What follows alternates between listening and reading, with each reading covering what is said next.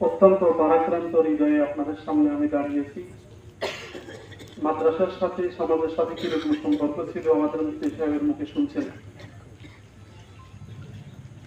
আমাদের একটা ফাউন্ডেশন আছে, আল আকসা ফাউন্ডেশন।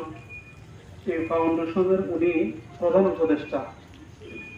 শুরু থেকে শেষ পর্যন্ত একটা ছোট্ট বাচ্চাকে লালন করার জন্য যেগুলোর প্রয়োজনীয়তা আছে বড় হওয়া পর্যন্ত উনি তার থেকে বেশি আমাদের ফাউন্ডেশনের জন্য অবদান রেখেছেন।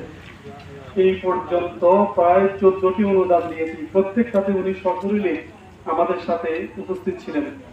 এই নেক কাজে উনি শরীক হয়ে, দ্বীনের কাজে শরীক হয়ে আমরা তার সপক্ষে সাক্ষী দিলাম।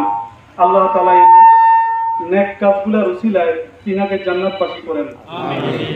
বিদায়ের বেলায় শেষ সময়ে মানুষের জীবনের শেষ প্রান্তে এসে মানুষের সাথে অনেক কিছু এর আগে থাকে, ভালো মন্দ, গরম নরম, অনেক রকম থাকে।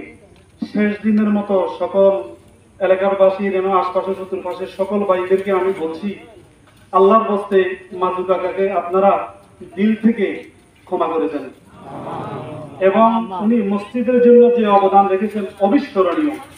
প্রতিষ্ঠানের আমাদের মসজিদের সাফ সাফাইয়ের ব্যাপারে ওনার আচরণ ভিন্ন রকম, মানে মনে হয় যেন হাতে পায়ে দড়ি ফেলবে। হুজুর আপনি দেখলে সবাই দেখবে, সবাইকে নেন, আপনাদের ফাউন্ডেশনে সবাই নিয়ে আসেন, ছাড়াও যারা আছে তাদেরকে নিয়ে আসেন। এত আগ্রহ।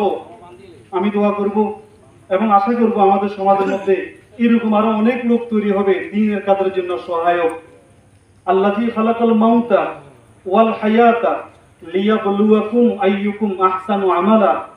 আল্লাহ তাআলা বলেন, আমি দেখতে চাই তোমাদের মধ্যে কার আমল সবচেয়ে শ্রেষ্ঠ, ভালো।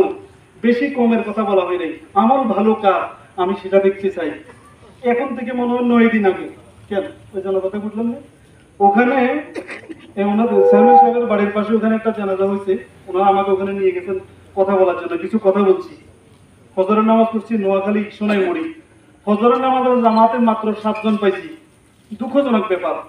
আমার পরে চেয়ারম্যান সাহেবের সবিস্তারে অনেক লম্বা কথা বলছেন, আমার ভালো লাগছে।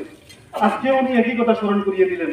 আমি সকল মুসল্লির কাছে পায়ে ধরে অনুরোধ করি, অনুসরণ নয় পা ধরলে, যদি আপনারা ভালো হয়ে যান, যদি আপনারা আল্লাহওয়ালা হয়ে যান, যদি আপনারা দিনদার হয়ে যান, যদি আপনারা তাকওয়াবান হয়ে যান, যদি আল্লাহকে মহব্বত করে নেওয়ালা হয়ে যান, শুধু এতটুকু অনুরোধ রাখবো, 5 ওয়াক্ত নামাজ যেন জামাতে পড়তে পারি।